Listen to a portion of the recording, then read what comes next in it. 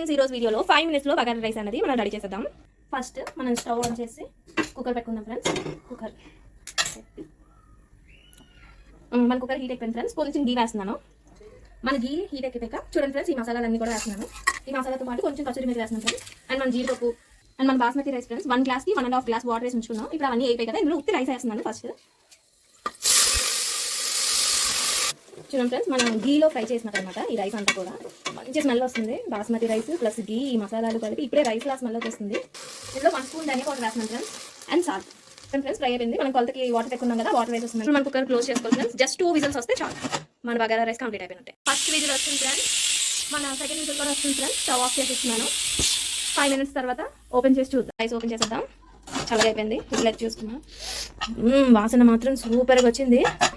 ఇప్పుడు ఈ వేడి బగారా రైస్లో చికెన్ కర్రీ వేసుకొని తింటే ఉంటుంది ఫ్రెండ్స్. మీరు ఖచ్చితంగా మీ ఇంట్లో ట్రై చేయండి. ట్రై చేసి కామెంట్ పెట్టండి. Bye bye.